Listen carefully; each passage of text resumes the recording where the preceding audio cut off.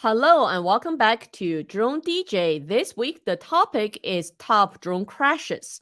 Um, we did some research and brought in some of the crashes we thought was, a good representation of what could go wrong with your drone flight. Number one, and number two is what happens afterwards.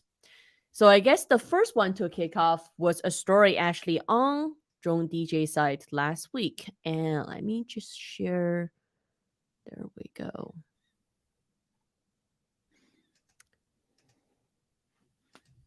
This is a story that happened last year.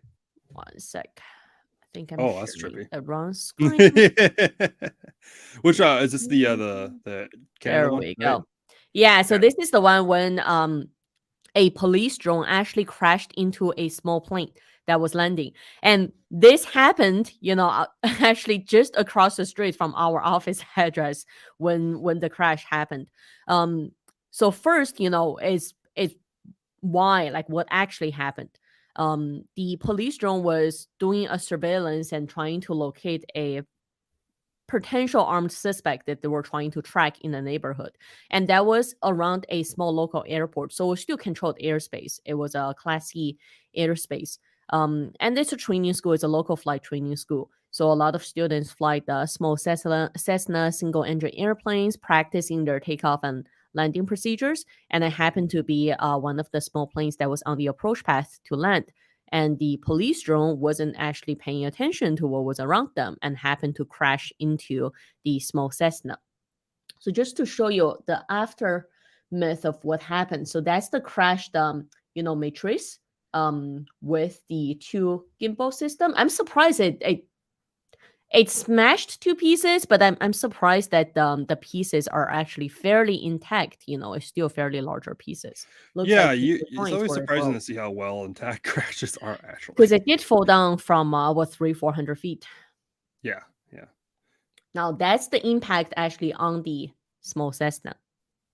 Which is much larger than you expect, but also like bird strikes also can do that similar damage. Well, because it was on the landing path, so Yeah. it wasn't the speed. Speed is always a factor when it comes to crash, right? So in this case, both the drone and the plane were not in high speed. So the impact wasn't, I mean, if you think about that way, the impact wasn't that substantial.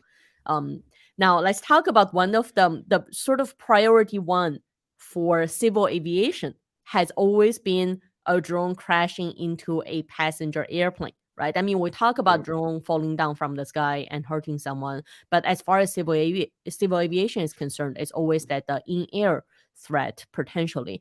Especially in this case, I mean, one of the other stories we'll see later, you will see cases of drone actually almost, it's not really the drone, it's the battery, right? Explode upon impact. So that is also a concern. In this case, the battery didn't explode. But in the worst case scenario is if something happens to the LiPo battery and gets close to the engine, and if it catches fire, then that is even a bigger concern. In this case, both the instructor and the student on the plane were able to land the plane safely, also because they were really close to the airport. So all those factors coming into place. This is one of the cases. Number one, it's iconic because number one, this is an actual confirmed case of a drone striking an airplane. We've all seen, different reports, especially planes flying higher up and reporting that they've spotted a drone, but a lot of those cases are unconfirmed. So this is the, an iconic case to show it's actually a drone striking an airplane. Number one. Number two, it did happen, really close to the runway. Which is one of the locations you have to be extra careful of. It's not like you're just flying in uncontrolled airspace. And then there's also a full investigation, which Civil Aviation from Transportation Canada actually released, the afterwards accident report that give a full story on what happened and how it happened.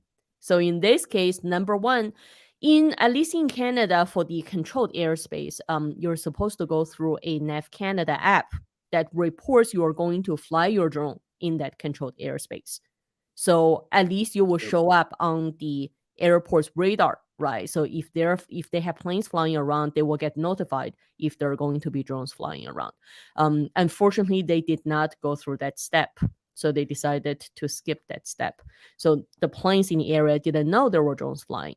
And then number two, for spotters. So when we fly in what's called complex airspace, so you have airplanes, you have other like either birds or if you're flying downtown, where there are buildings, hydro wires, etc. Whenever it's sort of complex airspace, we have spotters in place, right? At least one, who knows. Number one, they need to know what to look for. In this case, they didn't use a trained spotter. They decided to assign someone who was just happened to be available for that day. And I can tell you, if you don't use a trained spotter, they don't necessarily know what to look for. Oh Especially if yeah. they're already active police officers being involved in a situation. So their attention isn't 100% on the drone. Like even from film set, we had sometimes location assistance was also helping the spotter, right, to check different things. And they get carried away, especially once the drone goes up, the scene goes live, everyone gets excited, and they forgot what they're supposed to check. It's very common. So actually should be a trained person in a complex environment, which in this case, it wasn't. So all those factors coming in together is what caused the accident. And obviously, there's improvements and everything that's suggested and implemented after. Again, this is one of the rare cases where we're actually seeing a whole story, right? From the beginning of when the crash happened, where, what happened, how it happened, why, and also afterwards, what to do with the improvement. So it's a really rare story. Yeah, it's a pretty like pretty good example for like why you train pilots and visual observers to do this job. Why you have to have a license and And why follow through your procedures? why Procedures aren't just there you have to bypass. procedures no matter what's going on. I mean, their excuse was that they didn't have time. They were rushing the process because it was an armed suspect, and we've heard there's always, well, if we didn't do it, we might have gotten away. But there's a reason why you have a process you go through to get your drone up in the air, but before you get your drone up in the air. So, and especially why flying around airports? This is a really bad idea. Perception is very different. When you're on the ground and you're looking at your drone and different Hmm. things around it, you can't, measure that distance between yourself, right? You can't use your eye to measure the distance between the drone and something else in the air. That's why when we have spotters, even changing position, looking from a different perspective, definitely helps. And also referencing be familiar with your drone, referencing the different camera, like FPV camera. If Hmm. your main camera is tilted down or panned or looking at different angles, you need to be able to reference different video feed. Yeah, and it's also kind of important to make sure your visual observer also knows your area, more than just they could be a officer maybe from like a couple cities over, they're a good visual observer, but person who knows the airport What they're area. doing. Yeah. Like, hey, yeah, like the runway ends here, like like this is the approach path, rather than someone And who right now doesn't go with around drones airport a with lot. telemetry data, right, with the map location, you can actually Hmm. see on your app where the drone is in relation to local, right, local objects on the ground Yep. level. Um, Also, the other thing with having planes flying around, you can hear a plane coming in from pretty far away. So usually for us, when we train visual observers, is that hearing is actually really important as an indication. If you hear a plane, look around, try to find Yep. it. Because it's much closer than what you think it's going to be, especially for your drone, because you're hearing it in your location, not where your drone is. Yeah, So, exactly. do you guys have remote ID laws coming in place up in Canada? Not that we know of, Okay. but beyond visual line of sight is coming in this year. So we Hmm. suspect that's going to be part of the beyond visual line of sight. Because this is always like a really, when something like this happens, it's always kind of a good reminder that drones, while we like to kind of maybe sometimes think, and I know some pilots who are really heavy in this thinking that like we're just, we're pilots, we know what we're doing, you know, all pilots are made equally. Drones are a little bit different. Like we're small, we're hard to see. I think that's the big thing is that it states in the investigation that the pilot flying the Cessna would never be able to see this drone flying. It's They're not so hard. looking down. Also, they're They're typically not higher looking up. down. Even if they are looking down, you're not gonna be able to see it. No, especially with the Painted sea. onto a landscape of a Yeah, city. And so like that's the yeah. The reason why color may even drones. blend in, right? Yeah, that's the reason why drones have to yield to larger planes because, well, we're much harder to spot than they are. With remote ID, I know we're going to have a separate topic about it. Also, keep in mind, Mhm. smaller single engine airplanes don't necessarily have their transponders or Yeah, are and known that's as always like transponders. a back and forth. Like, okay, if we're gonna be forced to have something like that, I mean, technically, they're kind of always They should too. they Yeah, should. I know communication goes there's like both ways. I know there's some. I think you don't need to have it if you're in I think like uncontrolled Uncontrolled airspace. airspace. Mhm. But like I feel like that should remote ID not be needed in uncontrolled airspace. But also then you easily can run into issues like this when you have airports in uncontrolled airspace. Someone landed at a small airport where there isn't a tower. They're just Or going if over it's their hydroplane. hydroplane. What's the like what are they called? I can't remember what they call it. Like the lighter than air, like the ultra lights. Oh, the Like flying ultralight. around Yeah, because gliders. those gliders, stuff like that. Like if you're in areas with that, especially ultralights, because those fly super low to the ground a lot of times for recreational use. So like definitely within 400 feet, that would be really dangerous to have in an area. Like I would, if I see an ultralight flying around, I'll just like packing up and going home. So I'm like, no, I'm good. Yeah. Well, moving along, now the next one, instead of crashing with something in the air, is an actual drone crash that caused injuries. I mean, details at this point, there are disputes on how serious the injuries are.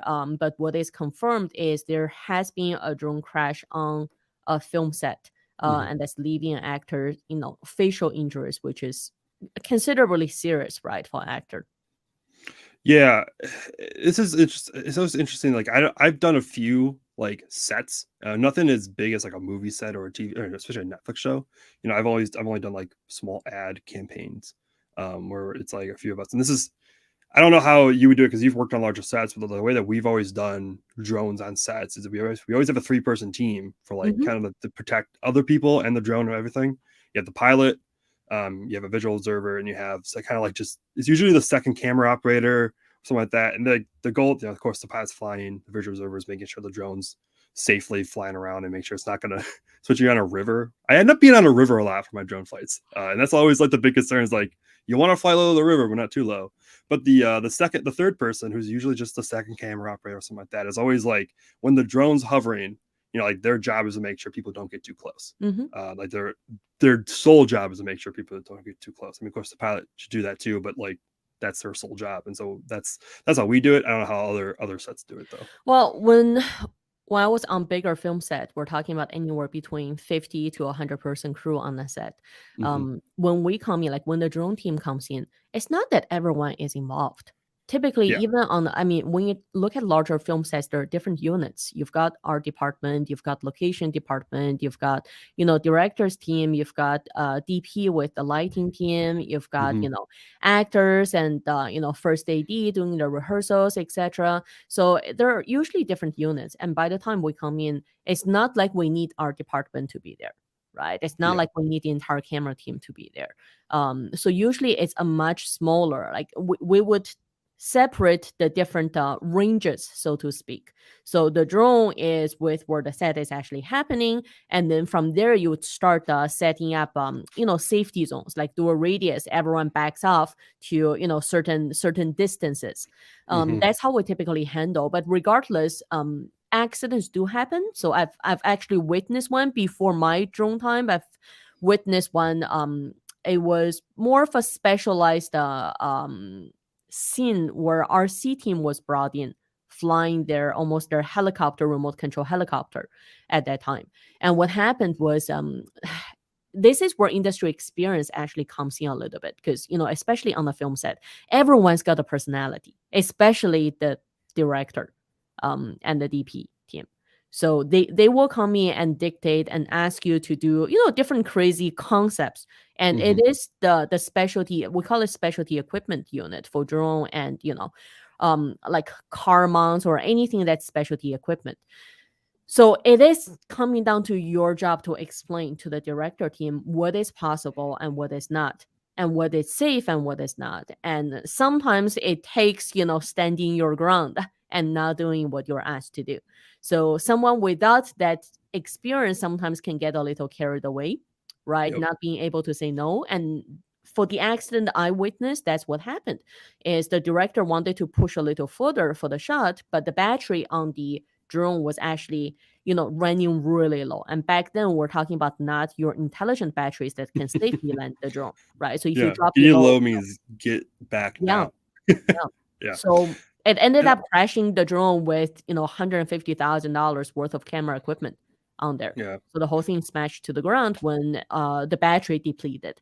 And that Mhm. was what happened. Doesn't matter how many safety procedures you build at that point, right? It didn't hurt anyone, but a crash is a crash.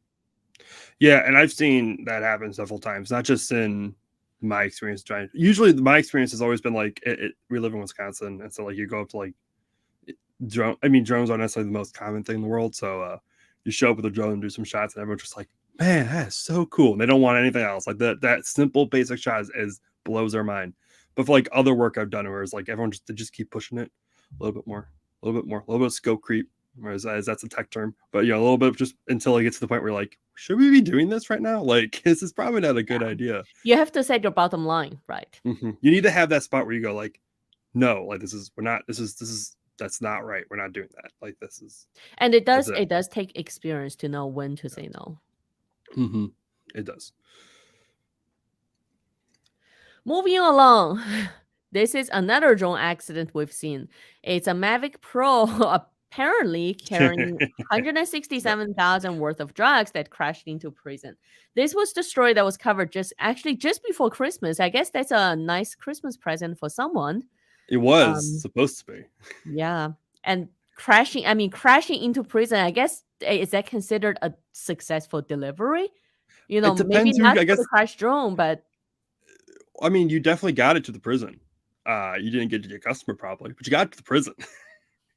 Of all places you want to crash a drone, I would say the prison's probably not the one you want to do it to. no. That one, of all places, that one's probably likely to get spotted. Well, what I would like to know is all the inside story if that ever gets out, right? Who was actually Who sending it? was Who it? decided to Yeah. use a drone to send it? And what caused it to crash? I would Did love they to sit really on. think it through, right? There was probably like a small group of people, like, all right, we have this order. It's to the prison. How do we get it to him? The guy goes, "Huh, I got this old Mavic Pro. We just duct tape it, just send it in. What's the worst thing that can happen?"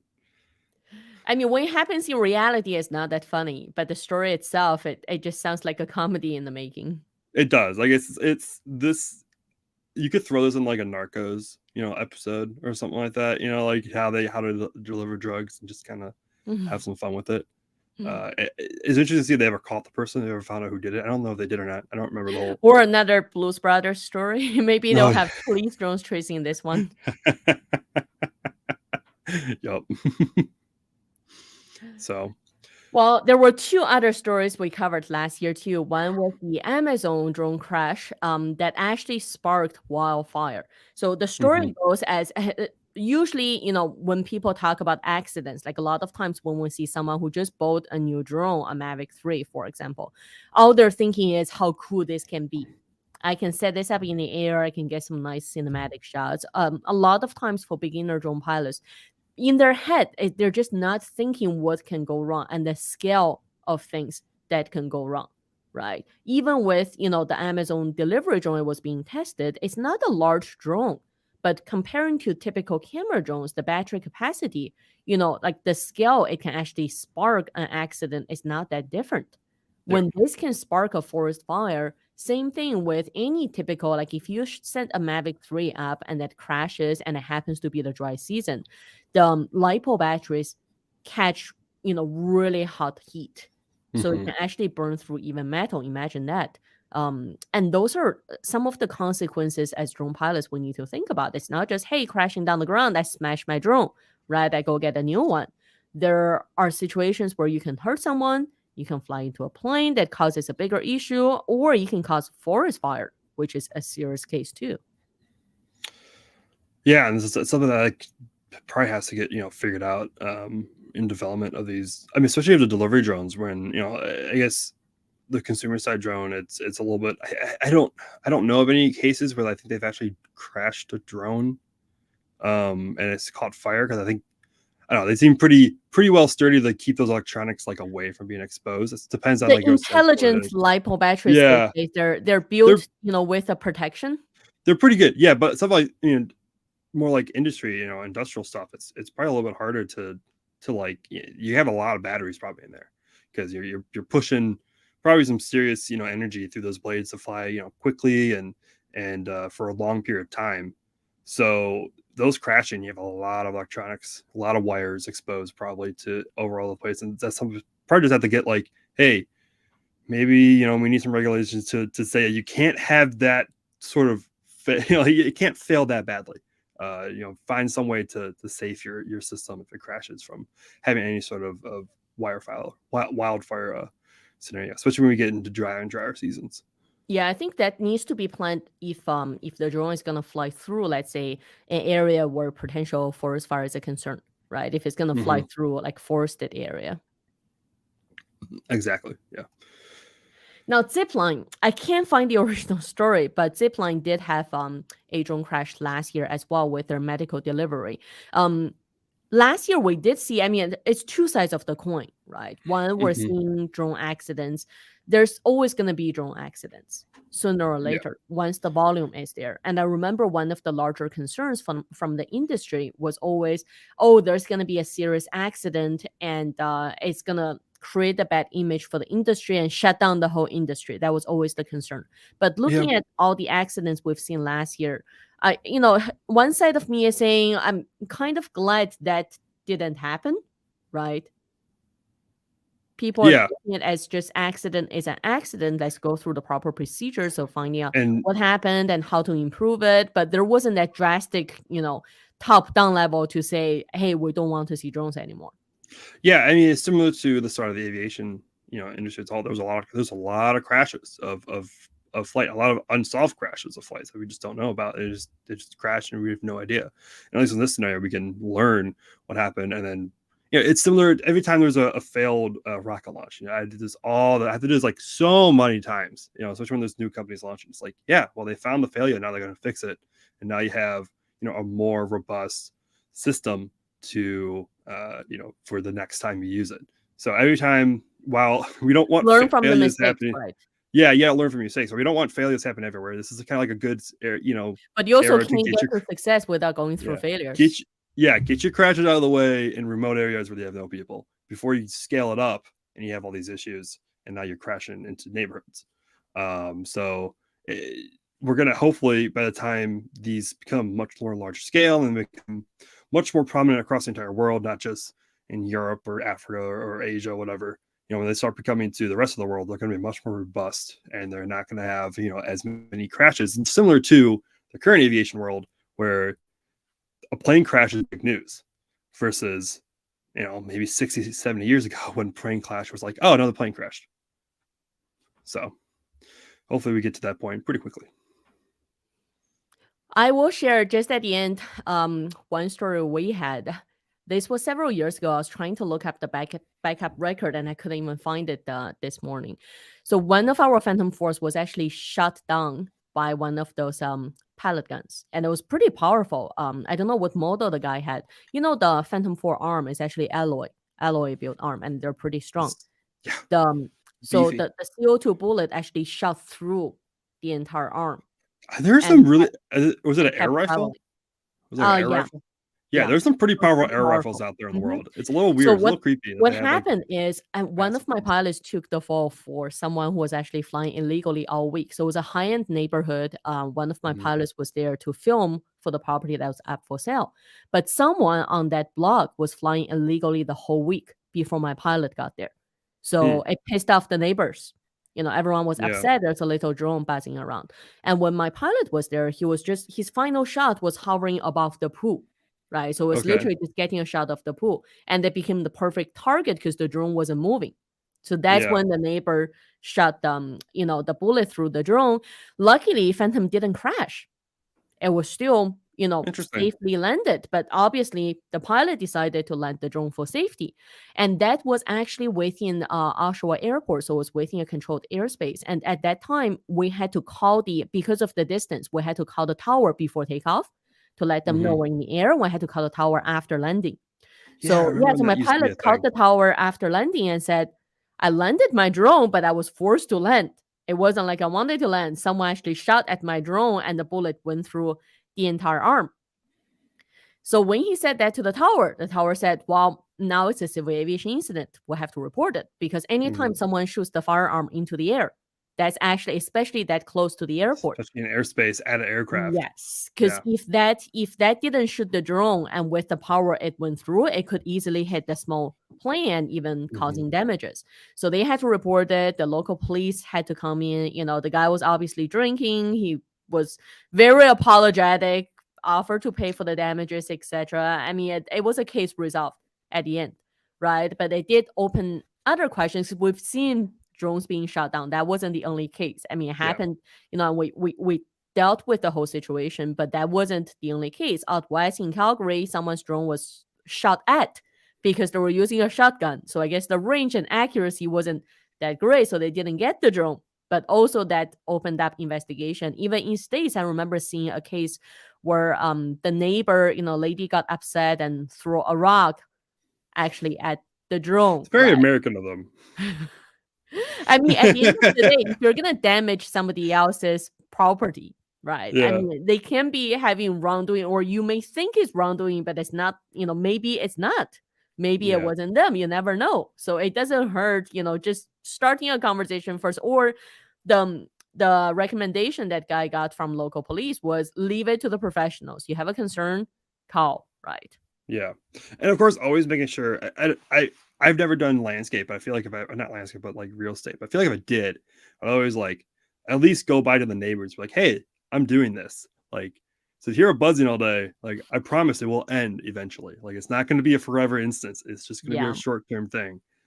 So like here's my And we information. always check to make sure no one's in the backyard. I mean, if someone's Yeah. enjoying in their pool, you don't want to be buzzing around their head. You definitely Right. don't want a photo of that for their real estate. Just in the side thing, someone sitting on their pool Well, the chair. challenge is it's perspective. So Yeah. sometimes if you want to get, the property shot of Yeah, I go this over property, someone you have else's. to go, yeah, you have to go Yep. over to get it. Um Again, different things can happen when you're flying drones. I hope, we've given you several examples of different drone crashes or accidents of what could go wrong. And over the years, if we see anything else, we hope to share more with everyone. At the end of the day, is number one, safety is important and accidents do happen. So if that happens to you, stay calm, go through your accident investigation procedures, and leave to the professionals if there are any disputes. Awesome. We'll Yeah. see you back here next week.